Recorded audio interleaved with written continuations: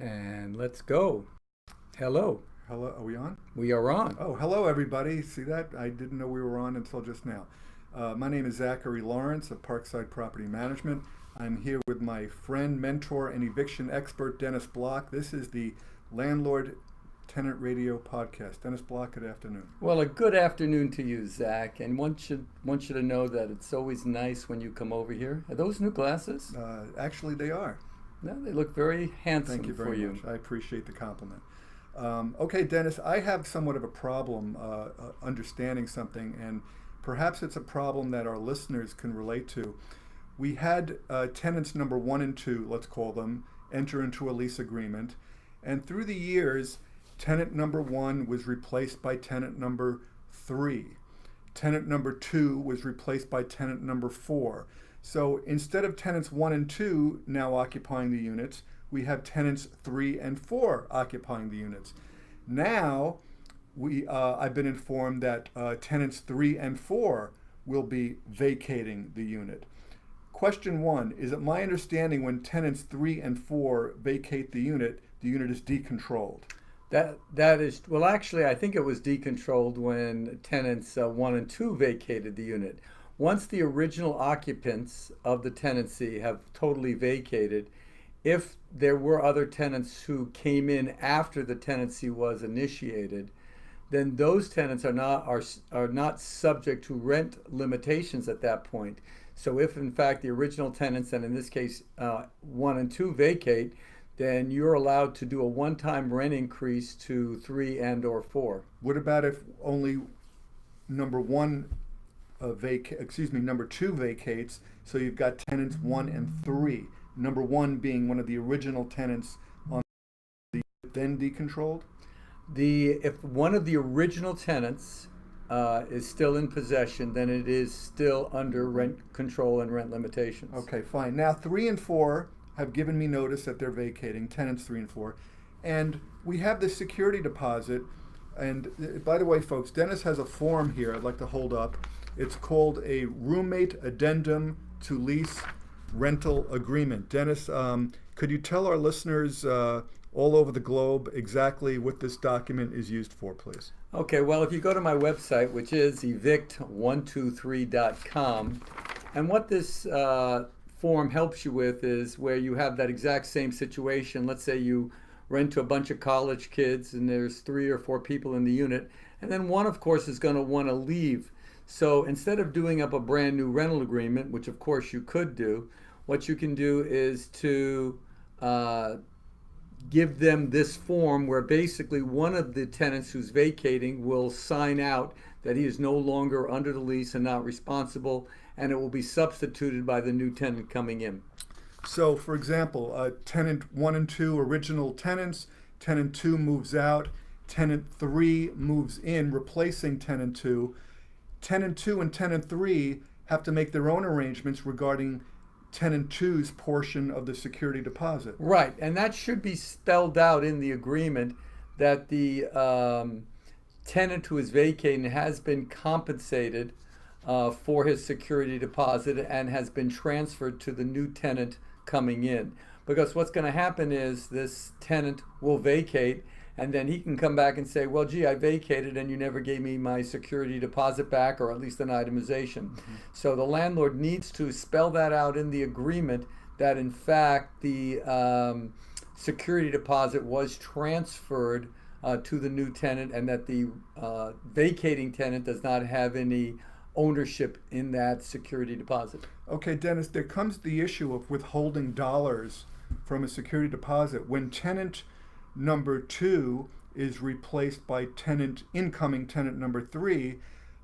is it not incumbent upon the landlord to do an inspection of the property and withhold and notify tenants 2 and 3 that there are damages over and above normal wear and tear? How does that work? Well, really, the landlord doesn't have to do it because the tenancy is not ending at that point. It's still continuing. So the security deposit still holds, and the tenant who's vacating is either been given his contributive share by the remaining tenants, or something has been worked out. But once the tenancy does finally terminate, then at that point, obviously, the landlord has to account for that security. Understood, but tenant number 3 and 4, upon vacating and upon getting their check, and they say, hey, they're withholding monies for that hole in the wall. I didn't make that hole. Tenants 1 and 2 made that hole. How do you respond to that? Well, but you joined the tenancy, and as the tenancy, you are all partners in this tenancy. And therefore, what one partner did even before you got there, you're still responsible for it. So what you're saying is that tenants 3 and 4 are jointly and severally liable for any damages created by tenants 1 and 2. That would be a good way to say it. Thank you very much. Okay. Hey. I like that. Can I get a high five on that one? There we go. Okay. Okay, folks, lots to cover, including Dennis Block's wonderful Q&A. I want to hold this one up too. Q&A. I don't want to cover your face. That would be rude. Okay. Q&A in every month's Apartment Owners Magazine. We're looking at the July issue right now, and we're going to go through some of the questions that are in the July magazine. Let's do that. Let's do that. Okay. All right. Question number 1. My property insurance policy states that no pit bulls or German shepherds may be maintained on the premises. The presence of those breeds would void or cancel my policy. Can I use this as a valid excuse not to accept those breeds, including service and emotional support animals? Well, you see, that's where you got me on that one, right at the end. Obviously, the landlord has the right in any situation to exclude all pets from a property. So, obviously, most rental agreements have a no pet provision. And so, obviously, the landlord would have the right to exclude German shepherds or pit bulls. The issue comes if whether a person has a service animal and whether, in fact, the landlord can prevent the service animal from coming onto the property. It would be a violation of the American Disabilities Act and also the California Disabilities Act not to allow for, quote, a reasonable accommodation.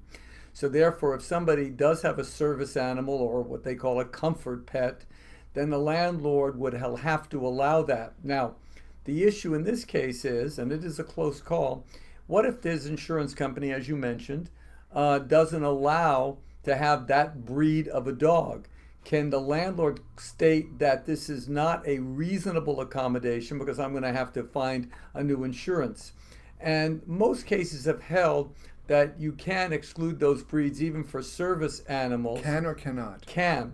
However, there has been some mixed results in the law, and there has been a couple of decisions that have come down recently that states that that is still considered a reasonable accommodation. Maybe the landlord needs to get another insurance policy, but that it still would be a violation of the act. So I'm telling landlords to tread carefully in this situation and to at least enter into a dialogue with the tenant that the reason why I'm not going to grant this is because of my insurance. So in that situation, I would certainly recommend that you explain this to the tenant and see what his response is. Is there any case law on this matter? Is there any legal precedent? It's gone both ways. So the issue is this a reasonable accommodation to allow someone to have a pit bull in my property?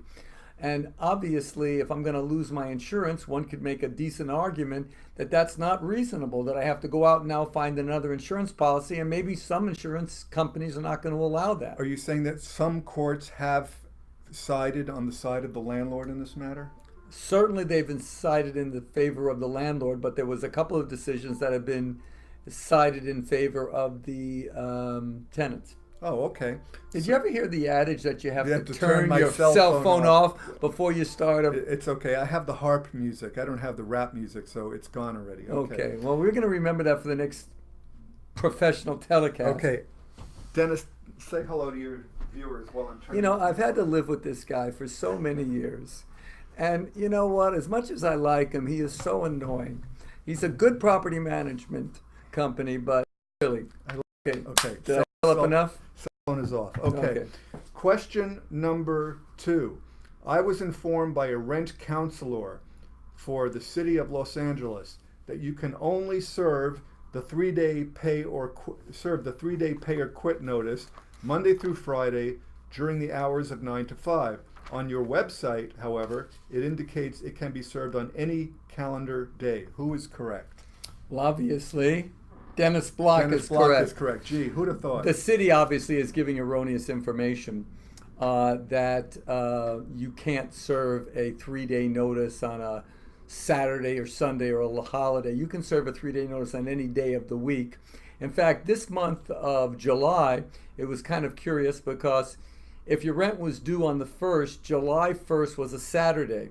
Now, you could have served the notice the next day on a Sunday, but the problem is that if rent is paid Saturday, holiday, the tenant would get to the next business day to pay the rent.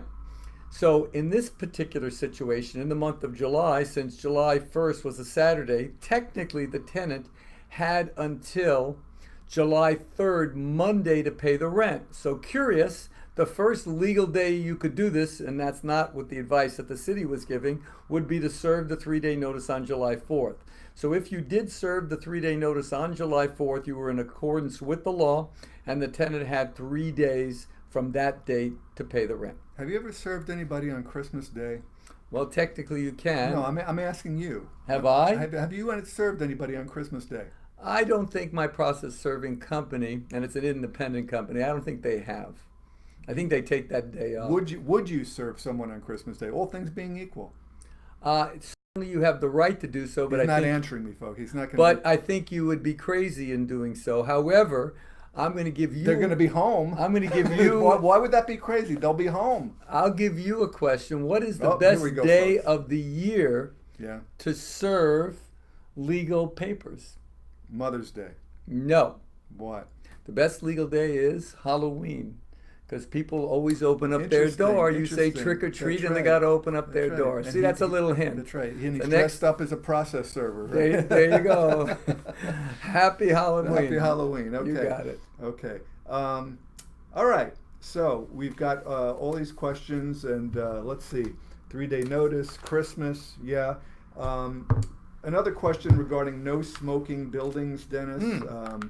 We have implemented a no smoking building policy and prohibits smoking on the property.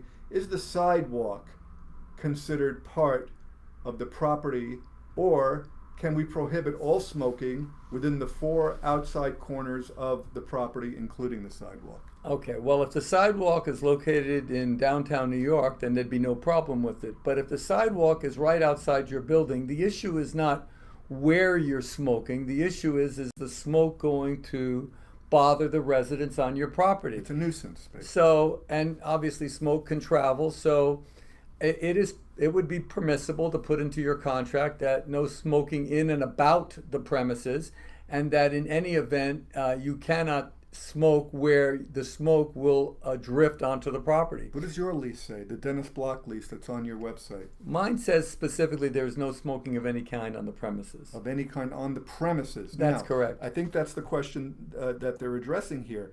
A reasonable person might say, okay, I'm not allowed to smoke on the premises, I think I'll just do it on the sidewalk. However, if the smoke is coming onto the premises, you could make the argument that you're smoking on the premises. But Your Honor, I cannot control which way the wind blows. But you can control which way, where you're smoking and where that smoke will land up by standing across the street or someplace else. So what you're saying is that even if you don't smoke, quote, on the premises, unquote, and your active smoking I like how you move your hands. interferes with the use and enjoyment of the premises of an existing tenant, then you would be in violation of the no smoking clause. Absolutely. Now, of course, you can't tell the guy, well, you can't smoke at work, but anything that's going to directly relate to your property and the how it's going to affect tenants on the property, then you certainly can control that. Okay, Dennis, here's one for you. A tenant in unit number 1 is smoking marijuana because he has a marijuana prescription, and the tenant in unit 2 is saying, you know, the smoke is coming into my unit, and this guy's claiming he's legally allowed to do it, and I'm telling you that it's interfering with my use and enjoyment of the premises. Help me sort this out. Okay, well, Number one, unfortunately, the state voted that all smoking of marijuana is legal, whether you have a prescription or not. So it's just legal now to do so. However, whatever you're legally doing doesn't necessarily mean that you can create a nuisance for somebody else. So whether you have a license to smoke because of a medical, alleged medical, by the way, there really is nobody who has the true need to smoke marijuana.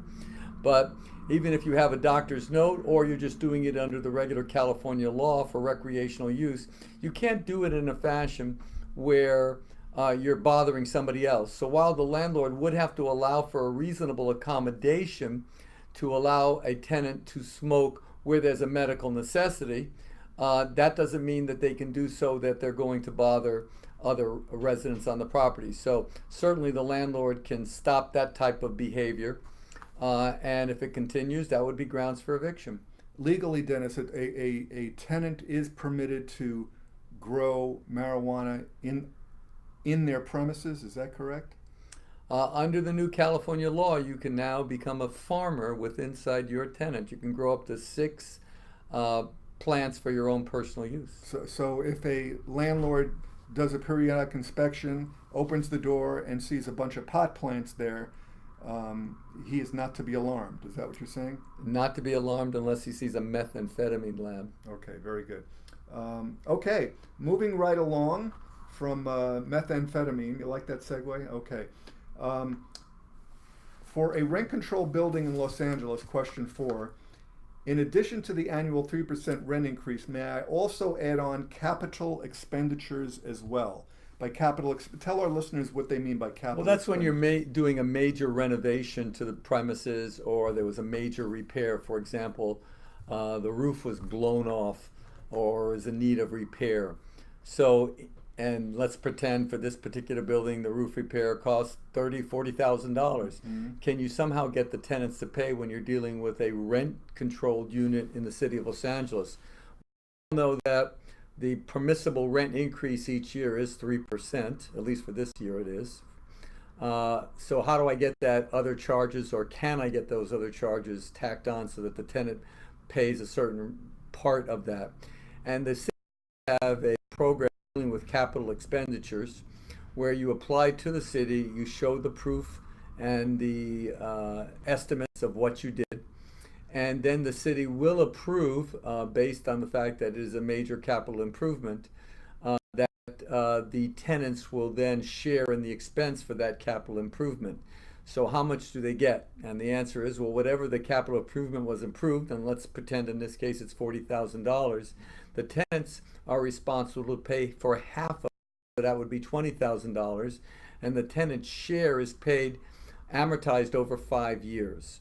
So that would be able to make an increase in the rent based on dividing by 5 years, and then of course dividing by 12 months out of the year, and that would be a rent increase. Now, when you do the rent increase for the following year, the 3%, be careful, because a lot of landlords will tack it on top of the capital improvement. But no, it's got to go on the base rent that you're going to get the 3%, and then the plus the capital improvement that the city has approved. Of the landlords that you've spoken to, how many out of 10 have been successful in having the city grant them this allowance? Oh, I think it's almost in any case that the city will grant this. If it constitutes a capital improvement, you've done the work, then the tenants are responsible. Could it be a voluntary capital improvement, like, you know something, I don't like the way my building looks, I think I'm just going to change the roof?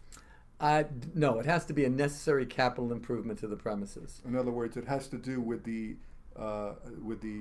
nuts and bolts of right. But if you building. have peeling paint, and that's a capital improvement to paint the building. And in some major complexes, it could be $100,000 to paint a building. So repiping. Yes, major plumbing work, that kind of stuff. Now, most landlords, in all fairness, just don't do it. They don't want to take the wherewithal or the knowledge and go down there and file the correct paperwork to get it done. But it certainly is an avenue. You're already getting hit with all these repairs. The new things with the earthquake work that the city is requiring, that we make based on the type of building that we have in Los Angeles. You're talking about retrofitting. Retrofitting, those are considered capital improvements, and the tenants are going to be responsible for paying 50% of that bill, but again, amortized over a 5-year period.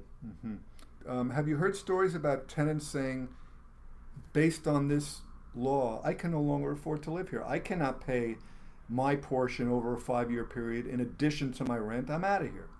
I haven't heard that, but obviously a tenant in that situation is getting such a good deal normally that they're going to want to stay and pay the extra $30 or $40 or whatever it's going to cost on an amortized basis. So, but I'm sure the landlord would be thrilled if the guy says, "Gee, I'm sorry, you can't pay the extra money." And tell our listeners why you just said that. Well, because obviously if the tenant vacates, the unit is decontrolled, and if the unit is decontrolled, then the landlord can get market rent for the property. Plus, he can tack on the cost of capital improvement to the new incoming tenant. Well, technically, he wouldn't need to do that because he would just make it what the rent is. I got so, it. But he can. I don't think he can. I don't think so, because the capital improvements would just be for those tenants who are in the building at that time. So the rule, according to Dennis Block, is that if you are going to apply for capital improvements with existing tenants, you may not assess that surcharge on any tenants post approval of the capital improvement.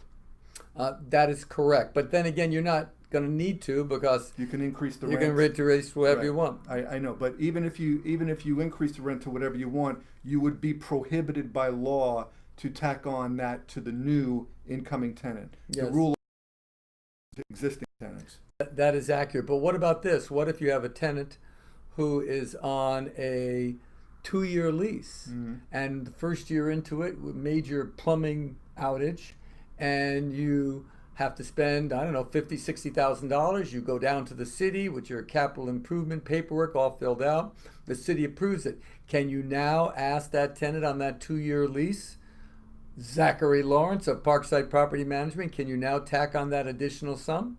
Well, look at the date on the date that the application was approved. If it's after the first year of the tenancy, if you're asking me, I would say that the landlord could tack on certainly for the remaining year of his tenancy. And the answer is, with a drum roll, if the person is on a 2-year lease, that's it. You cannot increase the rent, because now we're not dealing with the city requirements. We're dealing with contract law. The guy's on a 2-year lease, and whatever that 2-year lease is, then that's what it is. Now, once that lease is over, the landlord could then legally raise the rent, the 3%, plus add on the amount that the city now has allowed them to. But if the guy's on a lease, that's what it is. He's on a lease, and you can't raise the rent.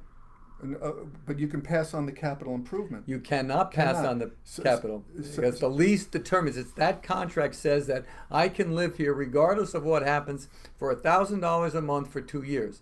So even though the city has approved that I could get an extra $30, it doesn't apply to this particular tenant. So you're saying only those tenants on a month-to-month lease are candidates for passing through these dollars. You are 100% correct. Okay, thank you very much. Okay, boy, I'm tired. I'm out of here. Have a good day. Goodbye. Okay.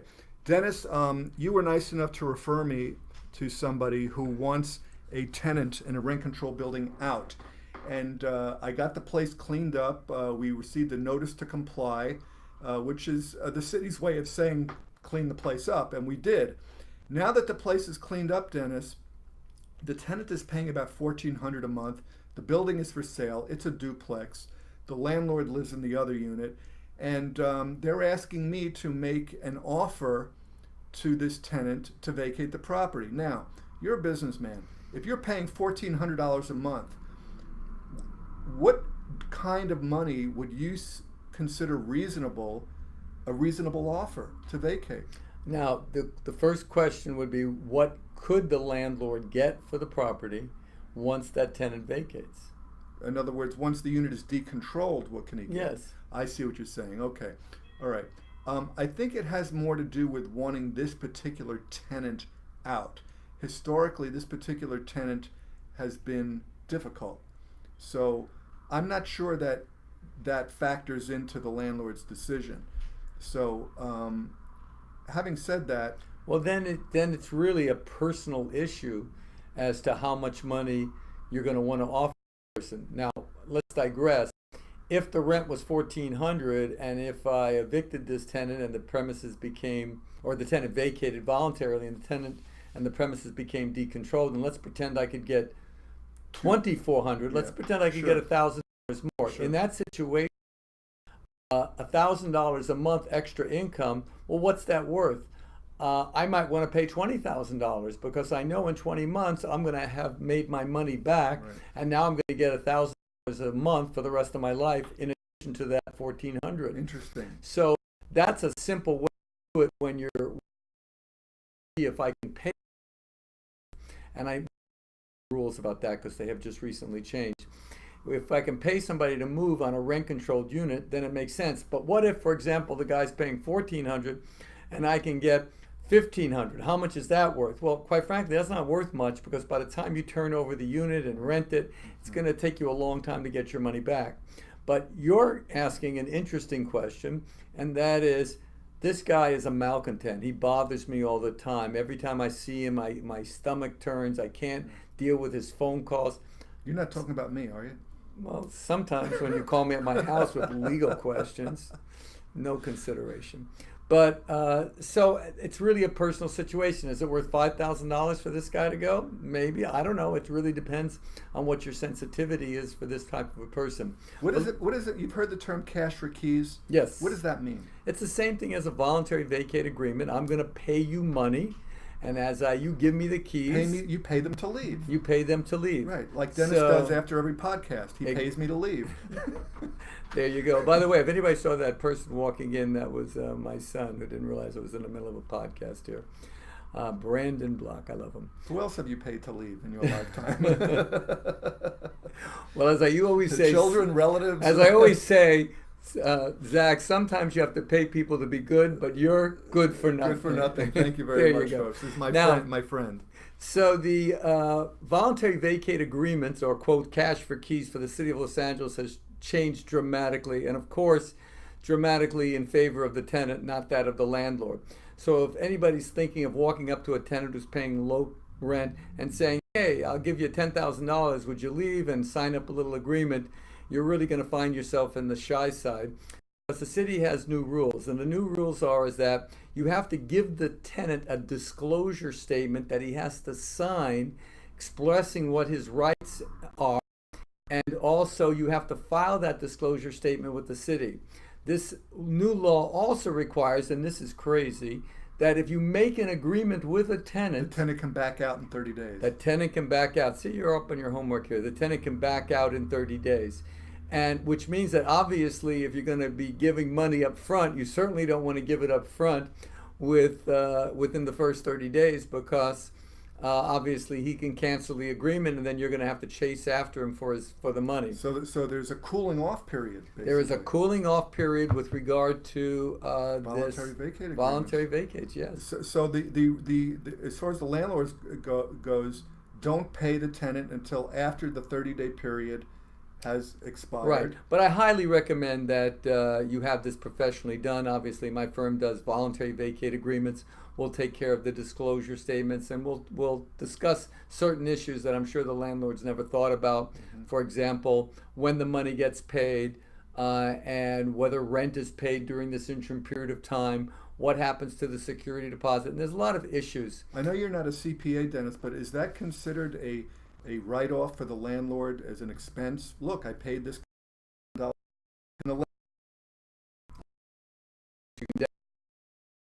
An expense of running the property, and you can even send a 1099 to your tenant because they've just made a bunch of income.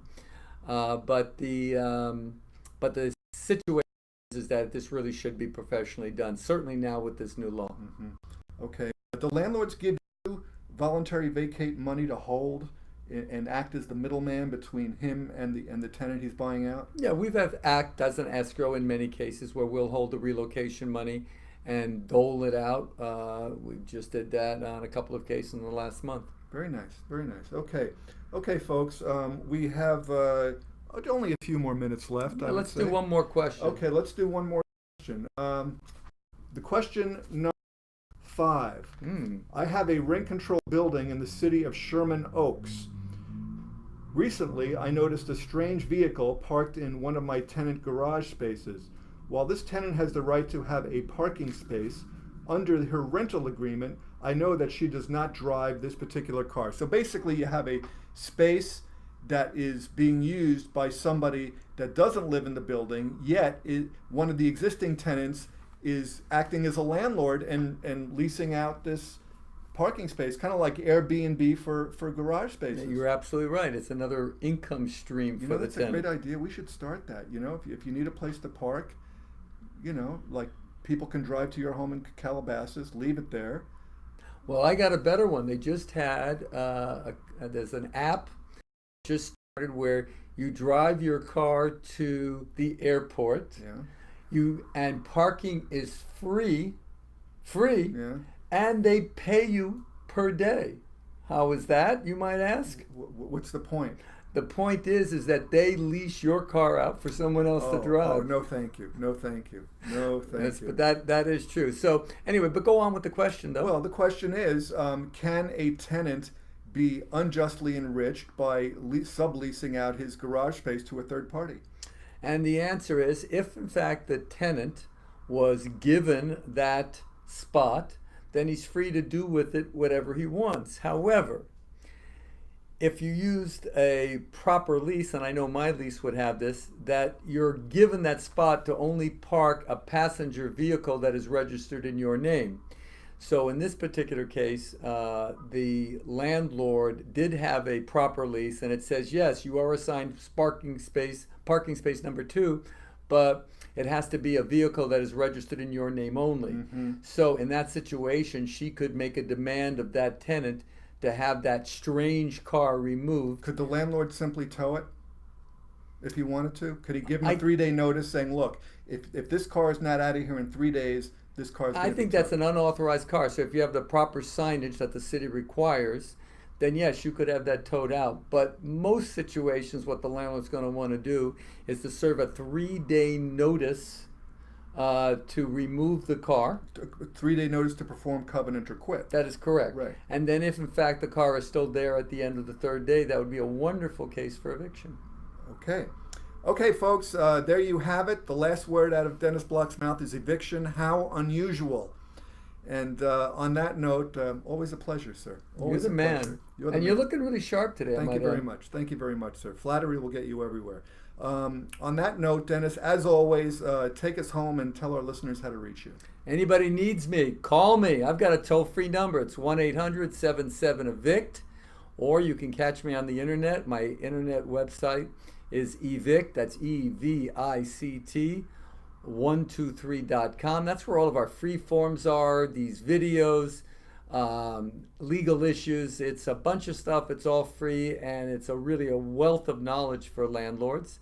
And now I'm going to turn it over to my good friend, Zachary Lawrence. Go ahead, sir. That's about it from here, folks. I'm Zachary Lawrence of Parkside Property Management, parkside123.com. So long. See you next time on the Landlord Tenant Radio Podcast. You're the best, Zach.